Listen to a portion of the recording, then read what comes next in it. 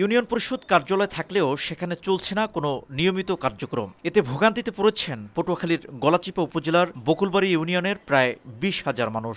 গত বছরের 5 আগস্ট পট পরিবর্তনের পর চেয়ারম্যান অনুপস্থিত থাকায় এই ইউনিয়ন পরিষদে প্রশাসক নিয়োগ করেন জেলা প্রশাসন। তবে নিয়োগপ্রাপ্ত প্রশাসক ইউনিয়ন পরিষদ ভবনে না এসে পাশের একটি মাদ্রাসার কক্ষে বসেন। মাদ্রাসার এই কক্ষটিকেই তিনি অফিস বানিয়ে নিয়েছেন। তবে সেটিও অধিকাংশ সময় বন্ধ থাকায় কাঙ্ক্ষিত ও জরুরি সেবা না পাওয়ার অভিযোগ নাগরিকদের।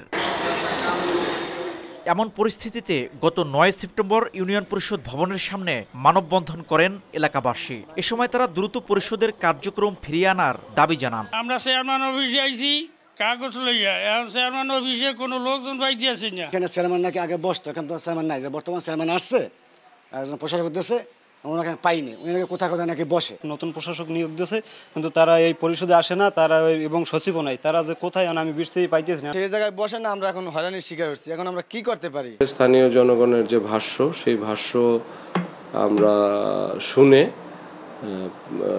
পরবর্তী আইনানুগ ব্যবস্থা গ্রহণ করব এবং এই বিষয়টি আমি প্রশাসকের, যিনি সরকার নিযুক্ত ইউনিয়ন পরিষদের প্রশাসক রয়েছেন, আমি তার সাথে আলাপ করে পরবর্তী আইনানুগ ব্যবস্থা গ্রহণ করব।